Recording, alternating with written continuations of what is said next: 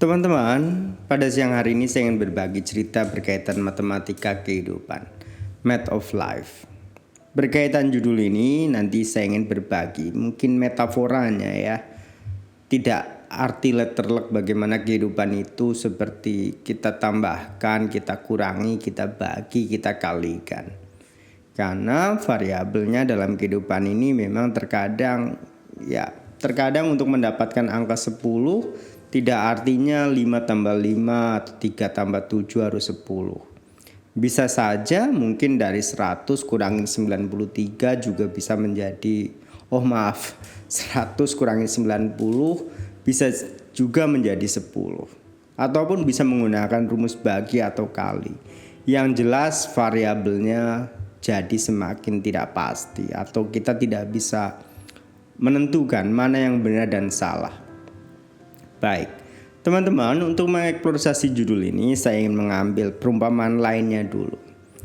Dalam waktu mengajar tempo lalu ketika saya sedang mengajar anak SMA di program kelas Sabtu, seperti sama YouTube ini memang karena jam pelajaran saya itu di hari Sabtu pagi.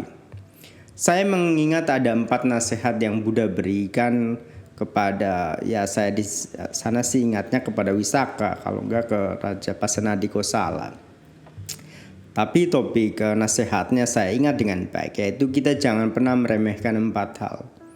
Yang pertama adalah seorang penguasa yang sedang berkuasa. Yang kedua adalah api yang kecil. Yang ketiga adalah ular yang berbisa. Dan yang keempat adalah anak muda atau brahmana muda. Baik, teman-teman, saya ingin mengeksplorasi yang keempat saja, yaitu kita jangan sampai meremehkan sesuatu yang muda, brahmana muda, biku muda. Karena apa? Di masa depannya seseorang ini masih punya jalan kehidupan atau matematika kehidupannya yang masih begitu luas dan tidak pasti. Mungkin saja dia akan naik menjadi orang yang sangat besar, atau mungkin saja dia bisa naik menjadi orang yang sangat jahat, atau mungkin saja dia akan menjadi seorang pemimpin besar atau dan lain sebagainya. Negatif, positif kita tidak tahu. Berkaitan matematika kehidupan ini saya ingin berikan terjemahannya seperti ini. Matematika kehidupan bukanlah tentang rumus angka rumit, melainkan sebuah metafora spiritual untuk menghitung berkah dan mengelola kedamaian batin dan menjaga keseimbangan hidup. Baik, teman-teman, berkaitan judul ini dulu saya mengingat satu artikel yang penulisnya Gede Prama, Pak Gede Prama. Dulu ketika saya masih menjadi anak mahasiswa, saya sangat suka membaca artikelnya. Bahkan saya sampai koleksi di komputer. Mungkin hari ini ketika saya akan mencarinya lagi, mungkin masih ada di folder drive saya atau di folder komputer saya. Berkaitan matematika kehidupan ini, teman-teman, saya ingin berlanjutkan seperti ini. Matematika kehidupan adalah bagaimana kita menghitung berkah, bukan tahun ataupun harta. Baik, teman-teman, judul ini sebenarnya sebelum saya masuk eksplorasi ini, saya ingin ada satu cerita berkaitan seseorang yang memang terkadang dalam perjalanan kehidupan ini, segala sesuatu yang ada di depan mata kita ataupun sesuatu yang mungkin hari belum datang adalah sesuatu yang tidak pasti. Acintea. Kita tidak bisa tebak bagaimana kehidupan ini akan berjalan, walaupun mungkin bekal-bekal baiknya kita sudah siapkan. Tetapi mungkin karena satu kesalahan kecil segalanya itu berubah. Seperti matematika, kita ingin mendapatkan masa depan yang pasti dan masa depan yang benar. Tetapi karena ada kesalahan, hasilnya seperti saya katakan tadi, ketika kita ingin mendapatkan angka 10, memang rumusnya tidak harus 5 tambah 5 atau 20 bagi 2. Memang semuanya bisa 10. Bisa juga mungkin diberikan tanda koma di sana, karena segala sesuatu itu memiliki variabel tambahan yang terkadang kita tidak bisa pastikan dengan baik, di luar jangkauan kita. Acintea. Sebagai pembicaraan yang mungkin lebih bersifat, di sini saya katakan ada entahlah, mungkin ini karena bagian dari sisi hobi atau sisi pribadi saya ketika saya berbicara matematika kehidupan adalah bagian metafora spiritual untuk menghitung berkah, mengelola kedamaian batin, dan menjaga keseimbangan kita bagaimana hidup. Untuk menghitung berkah bukan tahun atau harta. Bagi jiwa yang tumbuh dengan anggun, dan esensi kehidupan tidak diukur dengan angka usia atau tumpukan materi.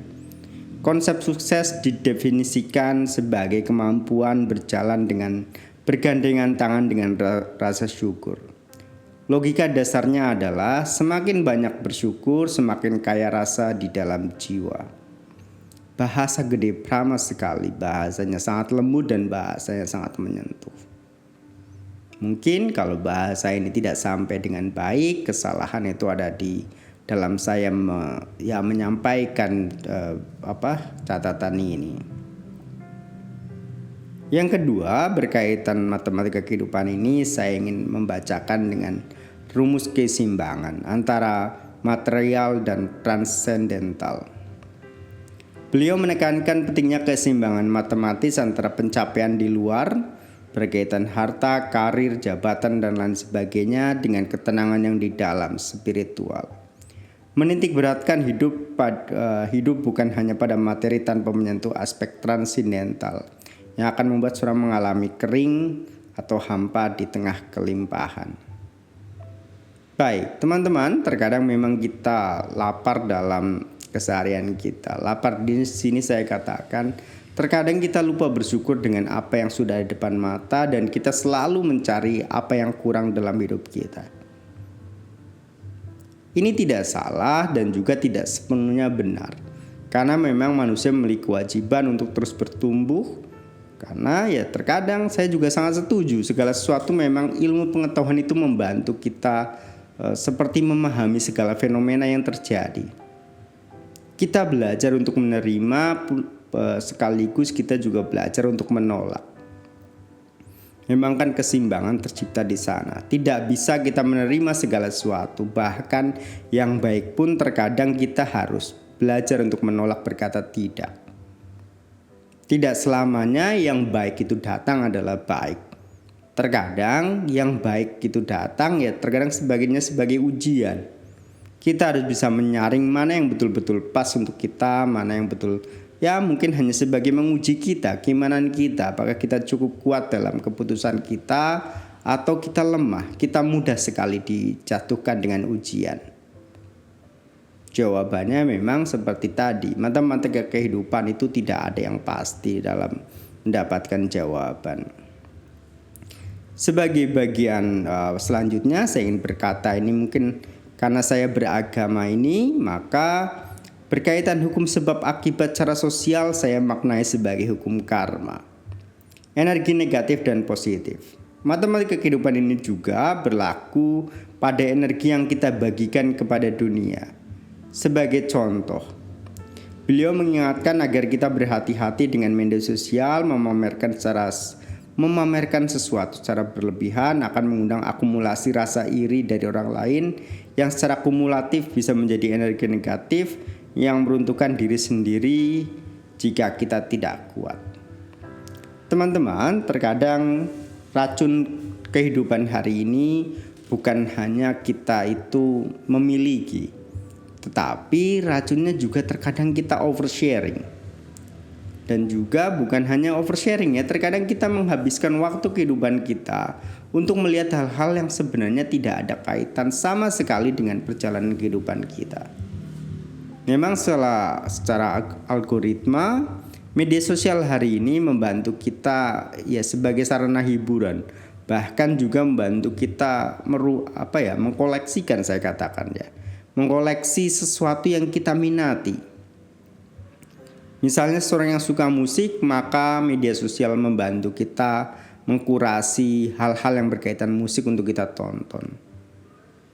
Tetapi karena sumber informasinya terlalu overload, terkadang kita saya katakan kita terlena.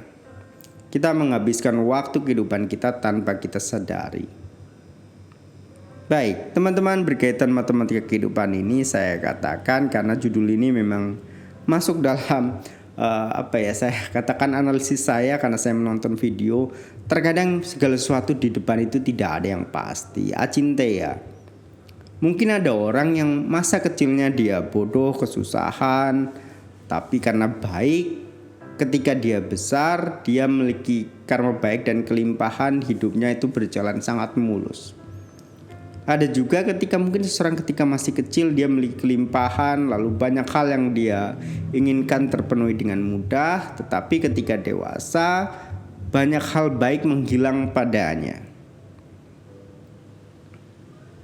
Berbicara berkaitan karma, karena saya seperti pengajar, saya pengajar keagamaan, saya ingin berbagi ceritanya seperti ini. Terkadang kalau kita berbuat baik, mungkin hal-hal baik itu belum datang kepada kita, tetapi karma yang buruk sudah meninggalkan kita.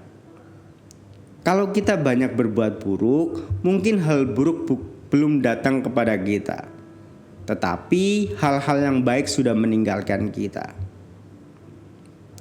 Nasihat penutupnya adalah sebagai seorang yang taat dalam kehidupan atau taat dalam kita hidup di masyarakat sosial biasa sajalah. Mimpi kita kecil, kita tidak usah besar-besar, kita hidup sewajarnya. Ya, berbanyak berbuat baik, jangan berbuat jahat. Perbaiki diri terus-menerus, sucikan pikiran kita. Mungkin nasihatnya sampai di sana yang bisa saya sampaikan. Baik, sebagai penutup dalam percakapan ini saya ingin tutup dengan doa yang sangat baik, yaitu Sabe Sata Bhavantu Sukhitata. Semoga semua makhluk hidup berbahagia. Sadu, sadu, sadu.